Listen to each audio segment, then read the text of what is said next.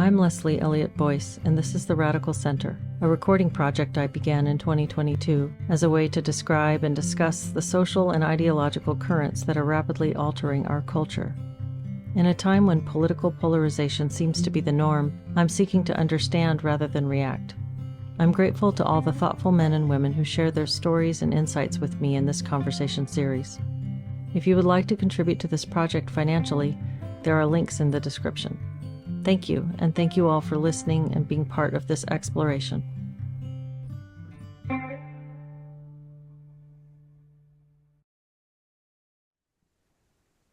Hello, everybody. It is not Monday, but it will be Monday when you're watching this. We are recording our live stream for the week of February 17th. I think it'll be 17th when we put this up. It's a couple days before that, and we are joined today by Robin Atkins. And I have had the opportunity to speak with Robin once before on this channel. So if you haven't caught that interview, please do. It's a fantastic discussion. And Robin is, Robin, would you go ahead and give yourself a little intro so people know who they're speaking with if they haven't been acquainted with you? Sure. Yeah. Thank you for that. I'm a licensed mental health counselor. I've been a counselor for 20 years. I've been in private practice for 10, and I specialize in reproductive mental health. So anything related to reproduction that you could think of that could possibly cause difficulty or trauma, that's what I deal with day in and day out. And I tend to be very involved in cultural issues because they're involving all my patients. So if it hits my office, they're talking about it, I'm getting engaged with it and trying to find out about what's going on with that. So and I grew up, I don't know if a lot of people know this, I grew up with a politician for a father. So Yeah. politics is something I was steeped in as a kid, and then I hated it for like my 20s, wanted nothing to do with it. And then in my 30s kind of came back around to how can I be involved in ways that feel authentic and valid to me without getting caught up in the ugly that I saw as a kid. So that's kind of my background. That's so interesting. Now I'm really curious about how that's shaped your perspective on Whew. so many things. Yeah. Really? I would say the number one thing was, and this has still been true when I work with legislators now on either drafting bills, if they ask me to come down and give them my insight on something, or if I'm testifying in front of legislature on behalf or in court in defense of a bill.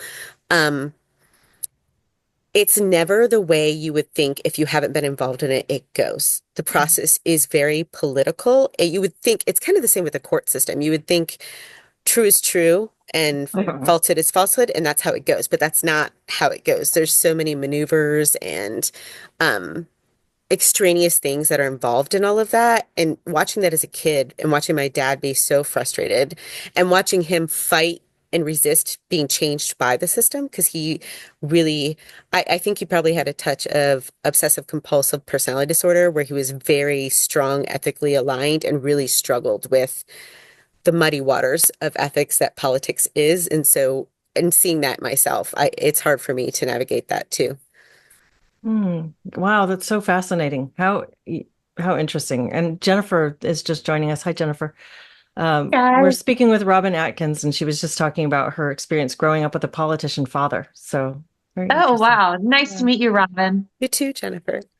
Yeah. So I'm Leslie Elliott Boyce. Jennifer Friend is here. Christine Siefenwalk, Deborah Knox, and we're speaking with Robin. Deborah, do you want to give us the intro to Solid Ground before we launch into more discussion? Certainly.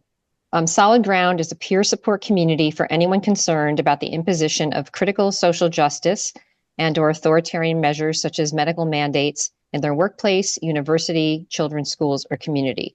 We offer weekly online peer support groups in which members share ideas, thoughts, and support for how to navigate the impact of these ideologies and answer the question, where do we go from here? You can join our peer support group for $10 a month, and you can join our forum on locals for just $5 a month. To find out more, please visit solidgroundsupport.com. And please note that Solid Ground does not provide psychotherapy or legal advice, and nothing we do should be construed as such.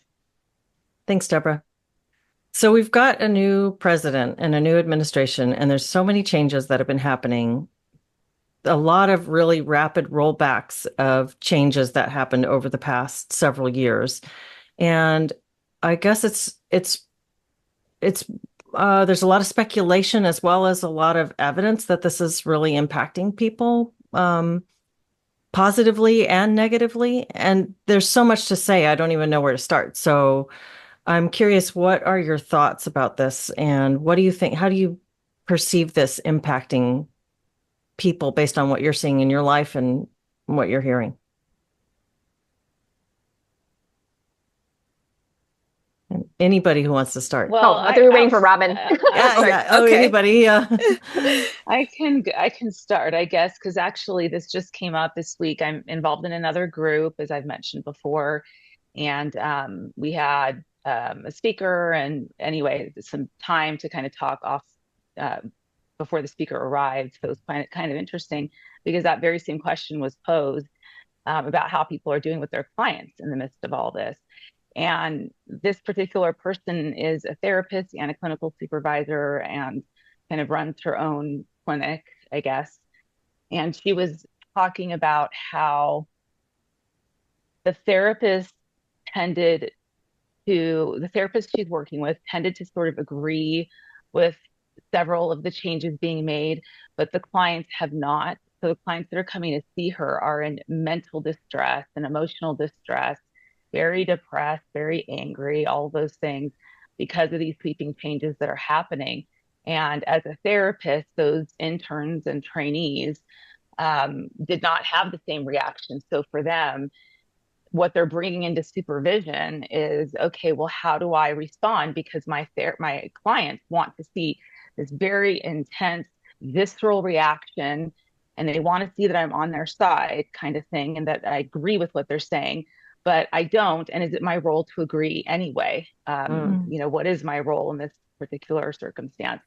So I thought that was an interesting perspective because we haven't focused much on that component, on people who are supervising these newer professionals in the field.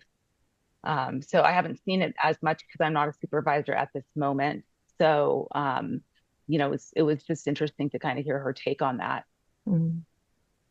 So, kind of to piggyback off of that, I'm not a supervisor either of anyone currently. I have been in the past. Mm-hmm.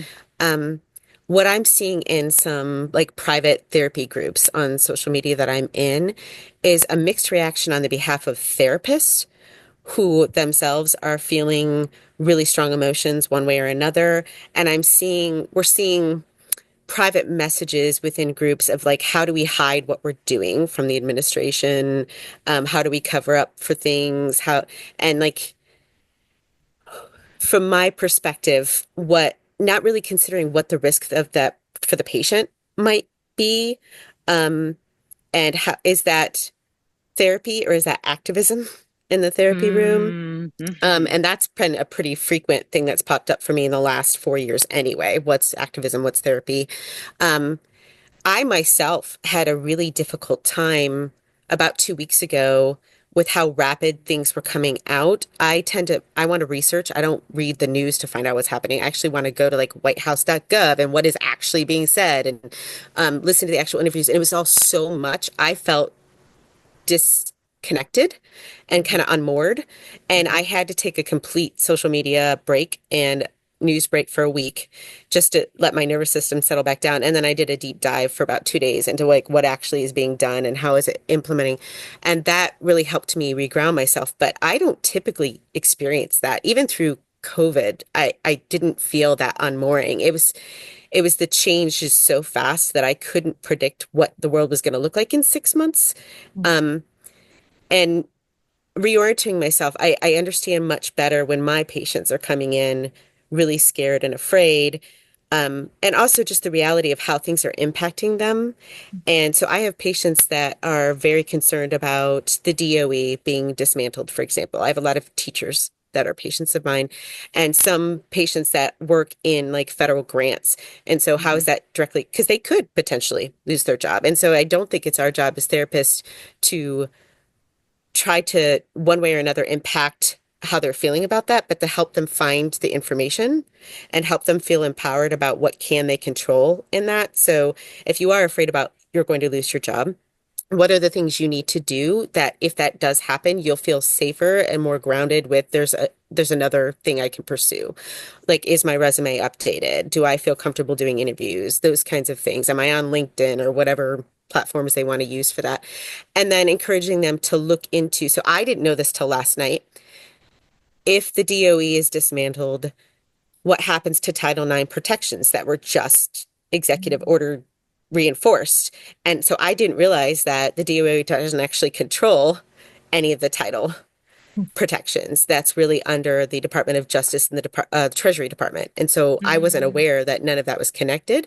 And so that helped me feel a lot better around like my patients that are concerned about, I work in federal grants. If the DOE is dismantled, am I going to lose my job? I don't know what your job will look like, but I do know that they're separate things. And so helping them find that information as a way to empower rather than I have to agree or disagree with how you're feeling about it. How you're feeling about it is how you feel about it. And you have every right to feel that way. But what can you do about it? And Mhm. I'm very concerned about therapists that aren't doing that for themselves.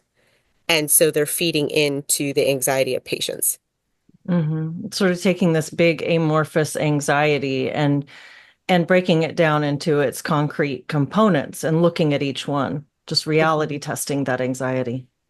Yeah. And for patients who are struggling with how could someone vote for this Mhm. when it impacts direct people, helping them see different perspectives of things. So because our media likes to us versus them everything, helping them see, sure, we could have a someone who voted this way is all good, somebody who voted out that way is all bad. That's one perspective. Another perspective could be somebody voted ignorantly and wasn't aware of how things could impact people. That's a possibility. Or somebody voted and did know potentially a lot of jobs could go away. They could have empathy for individual people losing their jobs and still feel like that was the best move for the country overall. And so that doesn't necessarily mean they don't care. Mhm. And Mhm. so helping, and then of course there could be people that are just like, yay, this is so fun, awesome. I don't care. Sure, those people probably do exist too, but letting them know you don't have to assume other people's perspective is all one thing or another. There's a lot of different options for perspective. Mhm. Mhm. Yeah, one thing that I wonder is it I guess the infotainment explosion over the past how long since we've how long has that been? It's been the past 10, 20 years or so. We've really turned to, I can remember being maybe in high school or so this would have been around like the late 90s even. And CNN was running all the time with a ticker on the bottom of the screen. So now you had news any time of day. But this is just amped up to the point where people feel like the whole world is what's happening on their screens and in these arguments that are happening online. And for instance, I was really upset when Bush won, when W won in against Gore the first time. I was really upset. I remember being depressed about it. It felt so unfair. I hated that. But there wasn't this big concern about how people were coping with Hmm. that election. And this time so I'm curious what are your observations or thoughts about what has changed with us as a culture that this would be so different? Well, I think the first time I really saw that was 2016, Mhm. when the first time Trump was elected, the real feelings of my life is in danger based on who the president Mhm. is. That was the first time I really saw that. And there have been presidents I've been happy about and not happy about being elected throughout my life, but I've never even in like I was very disappointed when Biden was elected the last time, because I was concerned about what happening with gender becoming the main focus. But I didn't feel existential dread about it. And I didn't feel like my day-to-day life was going to change all that much about it.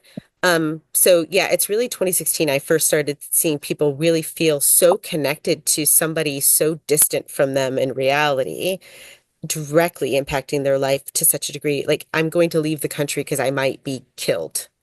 Like, Mhm. that really was Mhm. the first time I started to see that. And it exists on both the right and the left. I think on the right, it tends to be a very almost cultish following of Trump group.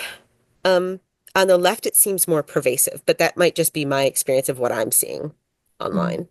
Mhm. Does anybody else have any thoughts about that? What has that been like in your observation in your lifetime? Well, it does seem like social media allowed, well, the internet in general, and the social allowed for just greater fragmenting and Hmm. siloing. And so then you get in your own little group over here. You're not reality testing. And then I'd probably say politicians even potentially taking advantage of that. We've got this little group. We can get them by either amplifying this message or whatever, whichever way we tell them something, right? And so I think the technology aspect of it is pretty strong. And then just having this, what do we call him, horrible, perfect character of Trump, who just seems to be this polarizing figure, just amplifying that. If he didn't exist, I don't know. We probably have some of this going on, but just not to this extent. I mean, he just was this, thing people could project on, get freaked out about. He has his own ways he's pushing all the boundaries, and that's, flipping people out. So it feels like those are some of the elements that are making it just much worse. And as you're saying, Leslie, like having this all the time, and then just the sped up cycle. The algorithm, even like we need to feed the algorithm, so we need to have people more upset, and we need to be keeping them on their devices longer, and we need to. So these things kind of compound. Yeah, And I think the us versus them, that you were talking about, Robin, the first time I really felt the us versus them was 2016 Mhm. too. That's when I really felt it because it was very extreme and different people in my life voted for different candidates that year. So there was that feeling of, I mean, I would go to campus, I was still teaching at the time, and there were protests and all sorts of things like that going on. And I was teaching in a mental health program where, you know, we're not supposed to be activists. We weren't supposed to be teaching activism, but the school encouraged it. So it was okay to leave class to go march and protest outside, which was reinforced. And that's, I think, at the time and what I saw in my workplace, people were devastated and crying. I didn't have that reaction because I never felt same thing. I never felt that my day to day life would be that impacted, and I just thought it was irrational altogether what people were feeling. I mean, they were offering us counseling at work, and I thought this is at a mental health place, and I was teaching on the side. So at that time, so it was just a lot. It was this us versus them, and an assumption that based on who you are and what you do for a living and where you are that you voted for a particular person. Like there was an assumption that we all voted for Hillary Clinton, and that's not true. There were several people who didn't, who just did not want to admit that to our boss, who was asking us if we needed help counseling and how we're doing with the election result, how we're coping. Mhm. I mean, just blatantly out there, right? So that was the first wrong us versus them that I felt. So I guess about 10 years ago, nine, 10 Mhm. years ago Mhm. and on since then. But that was the beginning for me. I'm just really struck over and over again by the arrogance of assuming that everybody agrees and everybody voted the same way. It's sort of as if to say, well, you don't appear to have devil horns. You don't appear to be evil. So therefore you must have voted with me. And the people who didn't are completely othered in a way that I think is really dehumanizing. And I've seen relationships, long-term friendships, family relationships break up over this. There's people that have encouraged people to no longer speak to somebody who voted for Trump. I don't know if there's people on the other side saying don't speak to anybody who voted for Biden, but it just seems so it makes me feel like we're being so manipulated, you know? I mean, these politicians just live lifestyles that the rest of us could not even imagine. And then we're all trying to, make it in our sort of more normal, humble lives. And meanwhile, we're allowing relationships and important sources of support to be torn away from us. Now, I think it's really sad. I think the mainstream media has done such a good job of demonizing um, anybody who doesn't, just absolutely think that Trump is an evil fascist. If you don't think that, you're this horrible, horrible person, or you're just a, uneducated rube. And it's, I think it's causing so much pain and loss in people's lives. I really regret that that's happening. When I was in graduate school in 2019 to 2021, one of the most shocking things for me about that program was the political messaging. There were messages, we got frequent emails from the chancellor and the provost and these people who headed up the program, and they had something called the Justice Leadership Council, which was like a student and faculty combined group. We would receive messages that called Trump the occupant of the White House Yes. and actively, and he was the president, and they would actively try to undermine and encourage activism against him in the student body. And I thought, this is really crazy that this is coming from the administration of this school. This is not neutral. This is not an attempt to just encourage dialogue and thought about these issues. These are marching orders. And in the program, teachers openly demonized Trump supporters. That was a phrase that I would hear over and over throughout that program, was about Trump supporters this and Trump supporters that. Meanwhile, I'm sitting in a classroom looking around and thinking, is everybody just in agreement on this? Because I don't know what a Trump supporter is. That's a very wide swath of people, right? Like, does that mean anybody who's Republican who would have voted straight party ticket, anybody who loves him and wears the hat, all the way to somebody who just kind of goes by policy to policy and chose this guy over the other guy because they liked I mean, that we've never had that kind of language. I don't remember. Again, going back to the 9/11 and Bush and all these, we didn't have Bush supporters. We didn't call people Bush supporters and hate them, or Kerry supporters or whatever. We just were Democrats and Republicans, or people who vote. But things just really changed quite a bit. Eventually, there was the neocon thing, but that was way later. So anyway, sorry, Robin. That's okay. I wrote down a couple things that I think are all merging together, points you all brought up. And to give a little backstory, I left the left in my mid-20s. So that would have been early 2000s. And when I left the left, I lost my entire social circle. Yeah. So that was still happening then. I wasn't being called names like Nazi, fascist, whatever, but I did lose my entire social circle. I left the right in my mid-30s. I'm independent. I've been independent since then. I didn't lose anyone. I had a lot of really great conversations that are still happening about why, and they're still like, come join us again, and I'm still new. But so those conversations are still happening, but nobody left me because I left the right. I was indoctrinated really into the left in my undergrad program by the women's studies program. I actually found a paper I wrote about the virtues of Simone de Beauvoir, and thinking about how she's actually part of the beginning of gender now makes my stomach kind of sick of how much I didn't realize then what I was being indoctrinated to. And I read her now completely differently. But it really, the school system, the school indoctrination has always been there, but maybe it wasn't so blatant about a particular politician, which kind of brings me to, I think, Deborah, you were talking about Trump specifically and how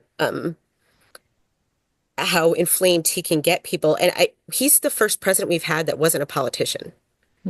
And we forget sometimes he was an entertainer and a businessman. And so that's how he runs everything. That's how he runs his campaign. That's how he runs his presidency.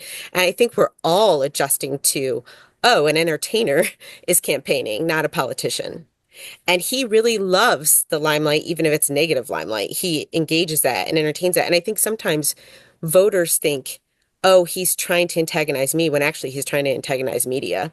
And they're just like the byproduct of it. But people don't see that layer of it. They forget he's an entertainer above all things. And then how he's running the country right now is very business. What deals can I make? What, rather than as a politician would. So I think people are still all adjusting to that too. And people that can't see the difference, people who still try to cast him as a politician, are completely floundering because like this guy's not he's not playing by any of the rules that we're all supposed to be playing by. And then the assumption of who votes for who, I know as a therapist, most of my patients assume I vote left. Hmm. And I'll have patients who are right come in really scared and timid to tell me who they're voting for, what their thoughts are about it. And I never disclose to patients who I vote for. And I rarely disclose opinions about policies or anything, but they're always really pleasantly surprised that I'm not, if they tell me they're right. Um, they're Mm. very comforted almost immediately of like, oh, okay, you don't think I'm a Nazi. Okay, good. And patients on the left tend to come in assuming I vote left and just on fire with whatever their messages is, like I'm going to roll with it. And they receive the same support from me as the ones on the right, as far as like, tell me more about how that impacts you and why you care about that and how all of that. Um, but there's a book called Alarmist Gatekeeping. It was written by Dr. Debbie Garrett. I highly recommend everybody read it. It's specifically about the abortion movement. So just know heads up, that's what that's the setting it's set in. But all the principles are the same. And it's really about how character assassination has built into self-censorship. And so like people shocked about the most recent election really weren't aware of how much self-censorship is happening because of character assassination and cancel culture. And so, and like, I wasn't shocked at all. I knew how much self-censorship happens in my profession, but just in public in general. And so, that book is a really good play-by-play of how all of this has come about. It just is set in that particular arena. A lot of the same tactics being used in media now were used during the sexual revolution and in the abortion movement. So it's kind of pointing out those tactics that were used. Um, and then the othering or projecting onto other people assumptions. Like I do often see people assuming people who voted for Trump don't care about this or only care about that or only care about the cost of eggs or whatever. And I'm like, have you had a conversation with them? Well, no, but I just know. And that is new. Mm. That is new. And I'm not quite sure if it's a confluence of school indoctrination, of Trump being who he is, of um the the appearance of virtue. I'm actually creating a document right now about the difference between performing virtue and doing virtue. Mm. And there's such a buy-in right now of if I say the right things online, I'm virtuous. But I don't have to lift a finger to actually do anything about it. I just have to say Yeah. the right thing. And other people believing that about you too. Oh, you said all the right things. You're a good person. I'm not going to ask any questions about what you do in your private life. And then the people in the trenches doing the work could be voting any type of way, but people don't care about what they're actually doing for populations. It's who did you vote for? And that's how I know whether you're good or not. So we've shifted away Yeah. from behaviors to thought crimes. Hmm. And that's a huge part of it too. 100%. 100%. I have just seen the same thing over and over again. And I'm seeing it a lot right now because I'm single again and I'm on the dating apps. And this stuff is really writ large there. People are putting in their profiles basically things like no Trumpers, no fascists, no this or that. And then I'll go on dates with people, and it's it's always the more left-leaning people who are like this, in my experience thus far, where they really think that just holding, the right opinions, having right think makes you a good person, and they will try to feel out if I hold those opinions, and I say to people, I'm not choosing my friends or a mate on the basis of your opinions. I am choosing on the basis of how you live your life and how you treat people. Because to me, that determines if this is a good person, a valuable person or not this idea you have in your head. But I'm seeing so much of that. And it's like, without any evidence, I can be a good person. I just have to think this. I'm much more interested in how are you treating your ex-wife? How is your Mhm. connection with your kids? Not what you think of a particular issue. Mm-hmm. This isn't I also a I couple of find years that very ago. empty. sorry, just in housing listings too, like roommate sort of thing. Same thing. People like, you can't live here unless you think X. And wouldn't you prefer they clean, they pay their bills, like that sort of thing, right? Yes. Yes. Well, that's really interesting. And I've kind of wondered if some of the identity politics movement that we've seen increasingly taking hold is is emergent based on our new kind of communication, the social media communication sphere, where you do have to use heuristics to understand a person. Just you see a little avatar and you see one little blurb of what they said, and this is what you're communicating with. You're communicating with your projection of what else that means about that person. It's a very flattening sort of communication method, and it's a flattening way of understanding the other. And so I just, as I don't know, I kind of just want to get your observations on that. What are your thoughts about that process? Like, we're all engaging with human beings on a probably most of us on a daily basis, at least passively engaging with them by reading and having internal reactions, even if we're not typing to each other, in a way that would be utterly foreign to people 30 years ago.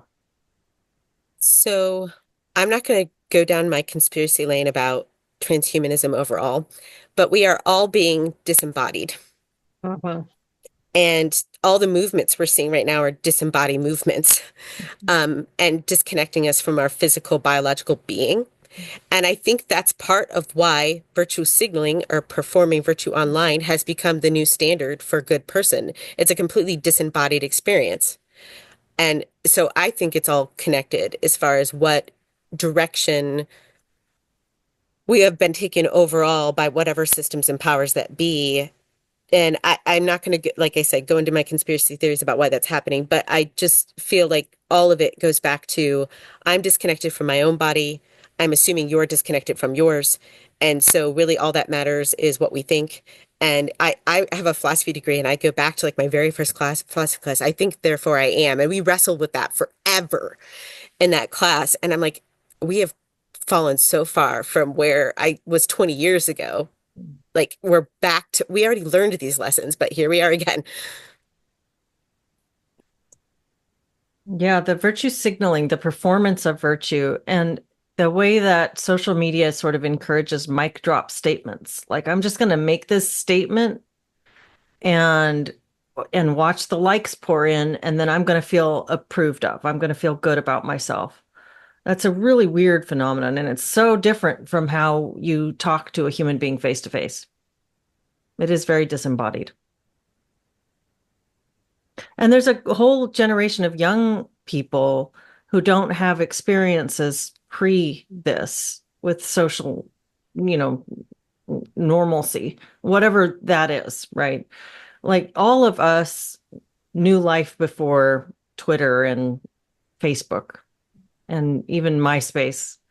But there's a whole group of young people who are coming into adulthood who had not only a lot of social media, text messaging, phones from the time that they were 12 or whatever age, 9, 11, I don't know, but also went through COVID lockdowns where they were shut in and had any semblance of normalcy disrupted.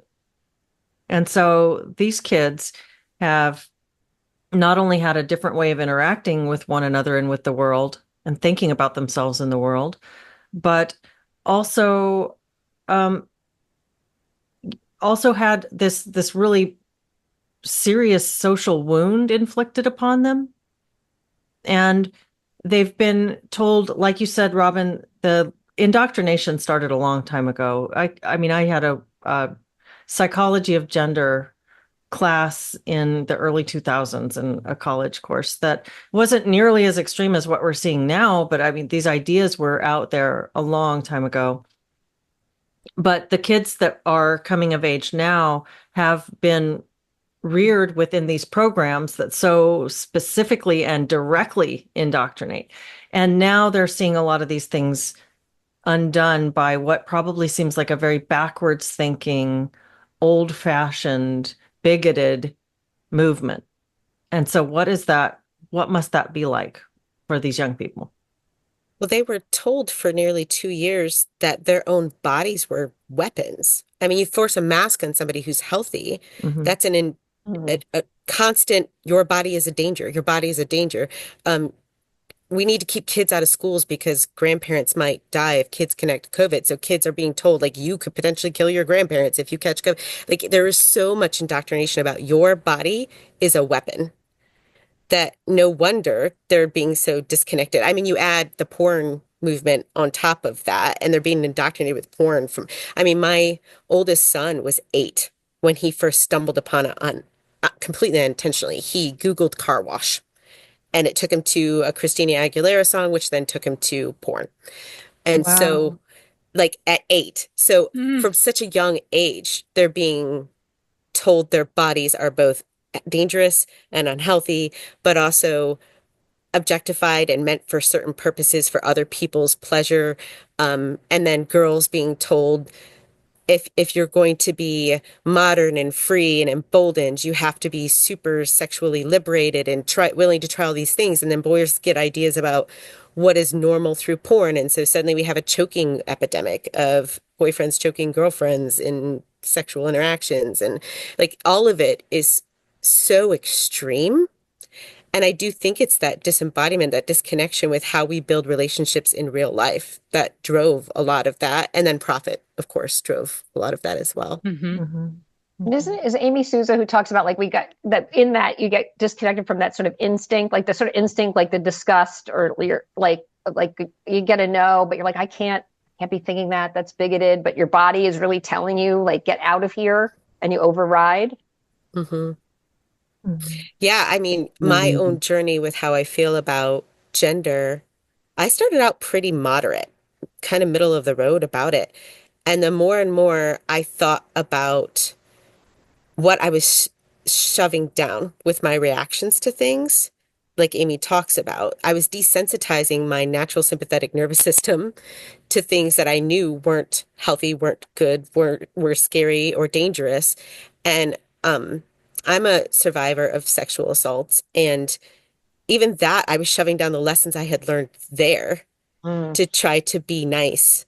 And going into the oh, like women just have to be nice thing. I was like, wait, okay, I left the left, even though I went through women's studies. But now the left is telling me women need to be nice and kind and sit down and be quiet and let men take over our bodies and our bathrooms and our locker room. I am so confused about what is actually happening here. And I think so many people who were still Democrats when all of that started, they've been much more impacted than I was by it because I was already out of that. So I didn't have to lose my entire community. I had already been through that. I already lost my entire community. But then you're not just facing your own shutting down of your sympathetic nervous system. You're facing, I'm losing my entire community if I don't agree Hmm. and shut myself down. I would agree with that. I think I've lost a lot of people in my community for shutting my. I mean, I've shut myself down with certain people, but with other people, I have been more vocal and I've lost them. So either way, there's sort of a loss there. If I'm open and not self-censoring, there's a group of friends that, in my life that they can't handle that. They have a lot of cognitive dissonance over it because I'm supposed to be a good person, but I'm saying this. And so they're not able to, reconcile the two.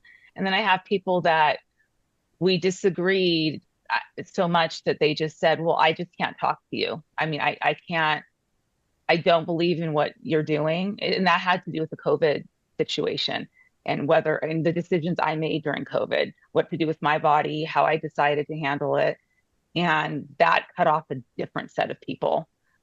So I'm either quiet or I'm going to get cut off. And so I'm in this really weird place. And I was just actually talking about this last night because with my husband, 'cause I was feeling that I'm not able to fully express any of what I think and feel with 95% of my support system, which is sort of, devastating in a sense. But I've been in this position for the last 3 to 5 years, I would say. So And that's on me, to kind of figure out how to manage that. But there's definitely, even bringing to the table, like, okay, well, wouldn't you feel uncomfortable if a big, tall, when I was teaching and we were still in person before we went to Zoom and all that, we had an all gender bathroom where the teachers or the professors and the students would use the bathroom. And I had this big, like, burly 6'4" guy come into the bathroom. And I've had, some assault experiences myself, which I won't get into, but I was actually afraid of him. And he was one of my students. And I'm like, I could be locked in this bathroom right now with this man who's wearing a tutu and has combat boots on for the sake of him identifying as, being actually, I guess, non-binary was what it was, neither. And I felt that I was at risk. And then I felt guilty that I felt that way. But he was much bigger than me. He was much broader than me. And that whole experience was it was unsettling. Until this day, I still feel creeped out by it, that we were using the restroom next to each other. Anything could have happened. And I'll talk to some of my friends about that and say, well, I mean, doesn't that sound a little bit wrong in some way, or violating? And they may say, oh, yeah, but they can't connect that connects to this bigger picture about gender. That is the whole entire problem that we have right now with men and women's sports and all of these other issues. So they themselves, like, have their own cognitive dissonance over all of this and can't think very clearly. And I think in some way it's sort of manufactured so that we're all kind of not able to think clearly about anything. It's all being thrown at us from the left and the right, just constant. And that's how I felt for the past 3 months or so. So yeah, that's what I have to say about There's that. such a great denial of the fact that man's expression of himself represents a dysfunction. And I don't say that with a judgment. I mean, whatever's going on for him is Yeah, going on for him as an individual. And if he were somebody that I talked to, I would treat him like a human being. But that sure. represents an incongruity and a dysfunction in his own identity. And the fact that you, as a smaller and more vulnerable human being, a woman next to him, read that dysfunction and then read your immediate environment. Like, we're in a private, closed off space. This guy is sending extra signals that are causing alarm for you. Yeah, And absolutely. that we're being told by teachers and psychology departments and the hmm media that you're the one who's got something wrong with you because you're not being compassionate. It's just, I don't know. I guess I'm retreading old ground, but that still shocks me.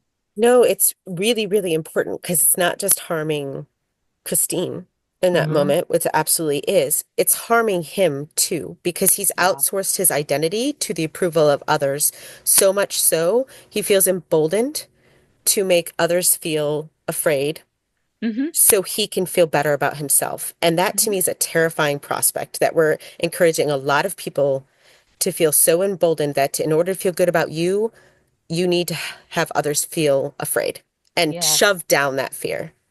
Like everything I've ever been taught about child safety and protection and safeguarding is now out the window for that whole movement around like and how and when we get into I'm sure you guys ladies have already talked about all of this, but when we get into real life situations where a child's having to go through court and try to talk about what's happened to them if they've been sexually abused and they're being told they can't use the correct biological sex Wow. terms, Hmm. how confusing, and cases can be Yes. lost based on language.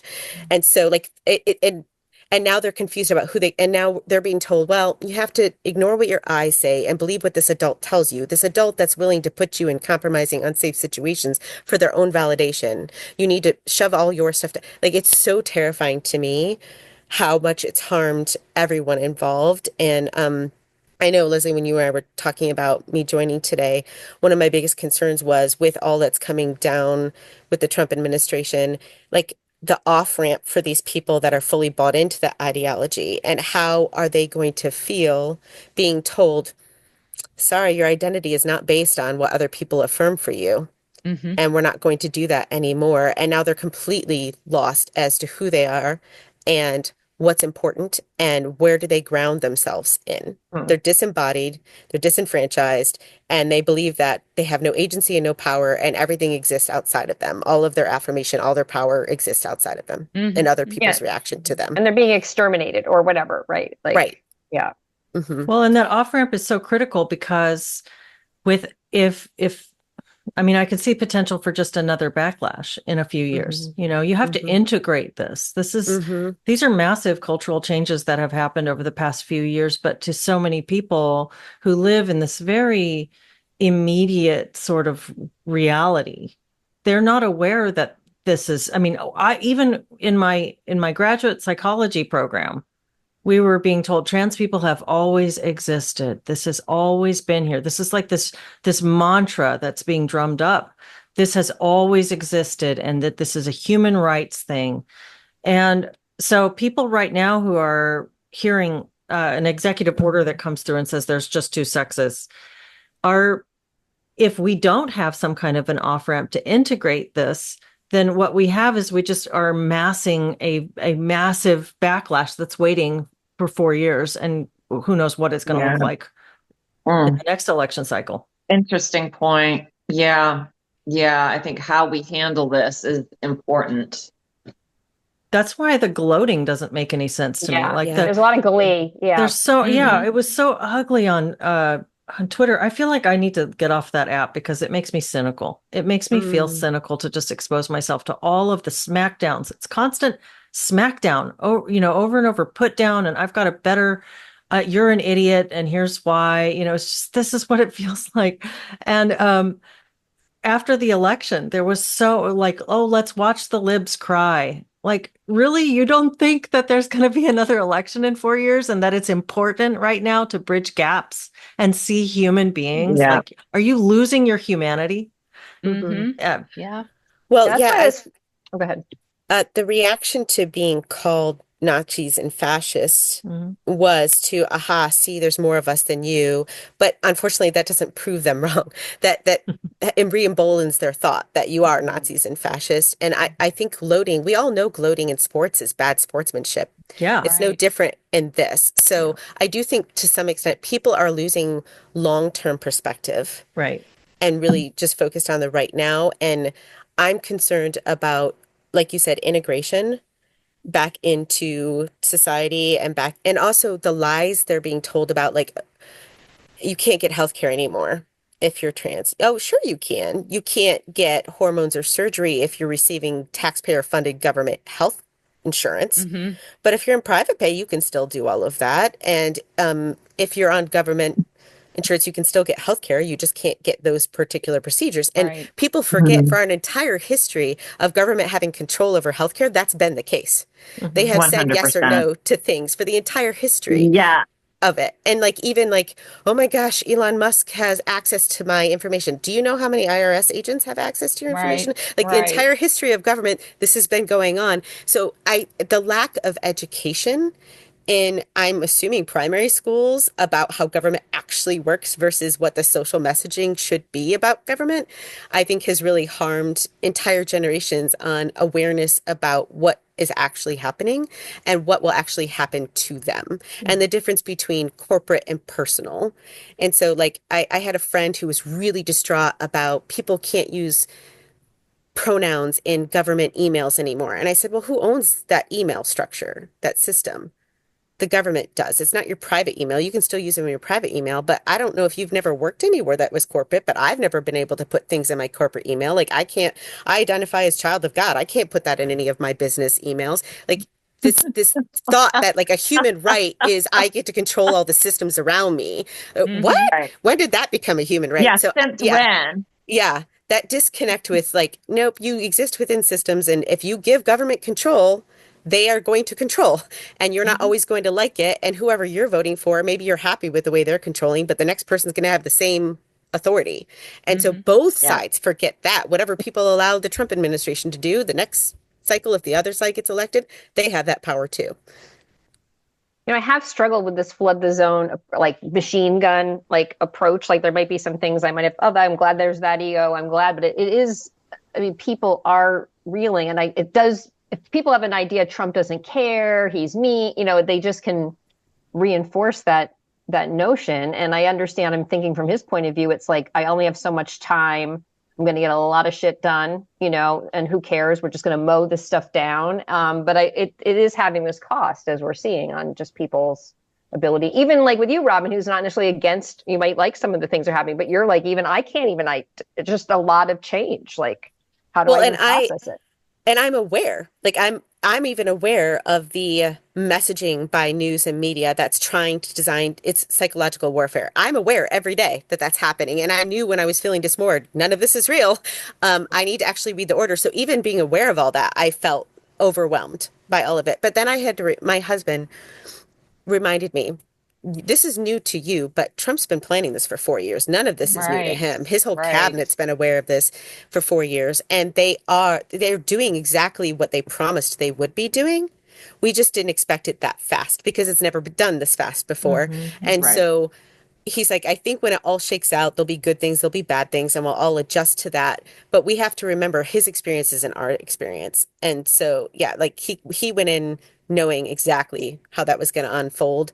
And really, we shouldn't be surprised by that. Mm. Mm-hmm. My husband said the exact same thing, actually, almost verbatim. He's had 4 years to plan. This is not new for him. Right. Almost verbatim. Yeah. Mm-hmm. Mm-hmm. So interesting. Yeah. Mhm.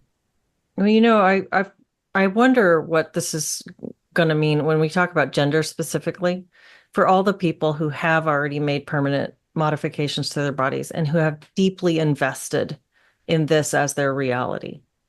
And just from an individual psychological standpoint, it's very hard to back down from something like that. And a lot of people won't. And so integration on some level has to happen because these are human beings in our society.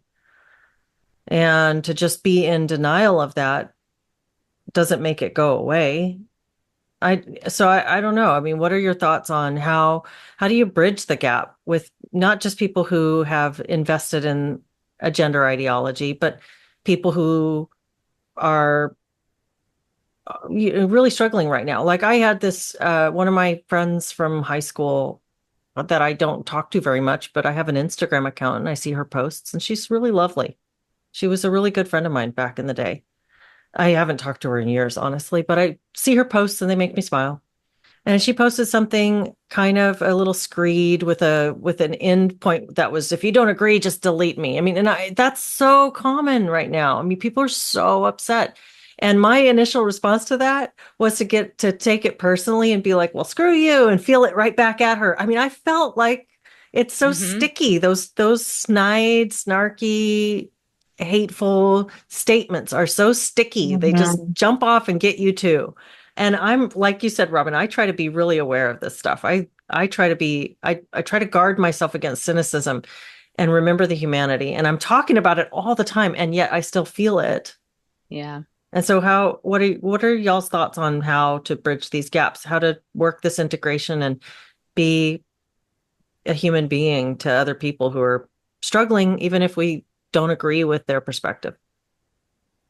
So this is really trite and petty, but the other day I was grieving the loss of, I was a child of the 80s, Mhm. and I was grieving the loss of how easy it was to love David Bowie, despite there being all this gender ambiguity and how he presented. And I never felt afraid. Mhm. And even in my early 20s, I would go to drag shows, did not feel afraid. And because it all became about rights overriding other people and became political, I no longer can enjoy any of that. And that's trite compared to what other people are going through. But I think we have to go through kind of a nationwide grieving process of the innocence that's been lost and the cynicism that's been built up on all sides. I think we're going to have people that are willing to say, I'm going to hold some strong boundaries around spaces and safeguarding, but I'm also going to want to build relationship with you, whether you're going to detransition or not. And what does that look like as far as safety for me? So, for example, I do have transgender individuals that are in my life. I just have boundaries around I won't use preferred pronouns. I'll use whatever name you want. Names can be changed legally. That's not a big deal to me. But I won't use preferred pronouns. And I am going to be uncomfortable if you present as a gender that you are not, or a biological. I am going to feel uncomfortable. And I'm not going to hide that discomfort around you. But that doesn't mean I don't want to sit in it with you. And if it comes up in conversation, fine. If it doesn't, it doesn't. And maybe I have boundaries around where we meet, public spaces or whatever. But I also my oldest daughter is working now. She's going to be 17 this week. And where she even interviews, we've had a lot of conversations around how much are you going to run into this in like in stock rooms? Are you going to be in a stock room with a man who is mispresenting himself? And how's that going to make you feel? And so just being very intentional about what situations are we going to put ourselves in, and while that might limit me, I need to set boundaries with me just as much as I set boundaries Yeah. with other people. And so all of us being aware of where is it safe to engage and how do I want to when I'm engaging. Yeah, I think there's a lot of wisdom in that. I think I had a discussion with someone the other day. I do a relational meditation practice, and so much of it is how do you get another person and really sit and be with them, regardless of what they're presenting. But we slow things down so much. And so this one woman shared something about her trans child, and then she had been upset about a person in her town who was homeless, who said the police had beaten him up, and he was Hispanic. And I didn't necessarily know if I believed the story. And she was just like heartbroken about all of it. And I was really sitting there struggling with the content of what she was saying and whether I thought it was true or what I thought was happening with her child and all of that. But I also know her. And I just really spent the time in that case because of the practice we do. And even asking her about, I said, I feel a real tenderness in you right now. Like I feel something, I don't know if there's something personal, why this touches you, but I just was with her in the quality of her feeling. And I also later said, I don't necessarily have the same political views. And so we were able to have a bit of a emotional bridge. We didn't get into these political specifics, but that also took that I do this practice for years. Like it's not easy or natural to me, and it took the time. So it is hard. It's hard to like get the quality time with someone and try to get some emotional resonance before you get into these matters. And so I'm not saying it's impossible, but I was sort of recognizing how difficult this is to do with someone who may be in a very different political space than and it helped that she has the grace towards me because she knows me and knows me more emotionally, that we could even maybe go, we don't agree on these things. I So think a bit of self-disclosure with that helps. Like when I talk about concepts like borrowed victimization, so I'm borrowing what I feel is somebody else's victimhood as if it's my own. I kind of think of like Selena Gomez crying about Uh-huh. deportations online. That's borrowed victimization. And I think about, okay, let me self-disclose a time I felt that, where I over-identified with somebody else's situation and made it about me. And as a way to explain that to other people, because I have done that. We've all done that. Or suicidal empathy, where I put too much feeling into what somebody who was harming me felt and didn't protect myself, as a way to introduce that concept. So I think being vulnerable when sharing new concepts with people that haven't experienced that, rather than pointing out you did this or you did that, will be really helpful. The more people that are talking about it in a vulnerable way will help. I also think we have to separate ourselves from whatever systems are designed to right the wrongs that have happened. So, like, the legal system is going to process some of the professionals that have harmed people within that idea. It's like detransitioners are now being allowed to sue without the previous um, statute of limitations. And so that's going to open up a whole new, and so being in support of just decent transitioners should have a right to sue if they feel they've been harmed without having to state, and everybody should detransition. Like that's not my call to make. That's an individual person's call. So being giving people the Hi, freedom. Jennifer. She's got to run. But All Bye. right. Sorry, I have to run. Robin, I hope you'll join us again. I'm actually really interested in this idea of disembodiment. I hope we can talk about it I would more. love that. Love that. Awesome. Thanks, guys. Thanks, Jennifer. Hi, Jennifer. Um, Yeah, so letting the systems that are going to right the wrongs do that Mhm. without feeling we personally have to get on soapboxes to do that. I do think accountability has to happen or it won't sink in that this is real, that real people have been really harmed, Mhm. but we don't all individually have to wage that war in our personal lives. Now, this might be kind of Yeah. a big tangent to go on right when we need to be wrapping up because we're coming to an hour. But something I wonder, like, Deborah, you were expressing that here's this woman and she's expressing these feelings, and the content is something that you don't agree with, or you find you're skeptical about some of these issues, and or you just take a different perspective. And I would agree with you. I would be in the camp that you are with your perspective on the what the woman's saying. But and then Christine, you're talking about how your experience of a lot of your social group is that you can't talk about certain things because they have such opposite opinions or such different opinions that it's liable to create conflict. And I was just talking with a young university student who was talking about this as well. Not even a very right wing person, a pretty left wing person who's just not as far left as the Right. leftist circles. And so ends up feeling alienated and sort of lonely in this social environment. And something I can't help but think is maybe there's a little bit of work to be done with all of us who expect people to be reflecting our views. Maybe Mhm. that's part of the work that we have to do. Like there's work on if you want to call it sides, there's work on both sides that needs to be done. But something that has changed is the amount of time everybody spends looking at the shadows on the wall, on the cave wall, and talking about what's happening with those shadows. And here we all are looking into our little shadow boxes, describing the patterns that we're seeing, and then getting really heated up or really wounded when other people don't see those patterns the way that we see them. We Mhm. are allowing those the descriptions of the shadows on the cave wall to feel more real to us than reality itself, than our real lives. So we end up in conflicts with people that we don't take the time to know very deeply about things and people that are happening very far away from ourselves, rather than connecting on some human level. And that again, I think that represents a real departure from the way that we used to have relationships. Like relationships Mhm. didn't used to be all about politics, and our socio-political views Mhm. didn't used to be so important to us that they were the first thing we had to vet in other people before we could form friendships with them. So I wonder about that too, if that's part of the work that we all have in front of us going forward.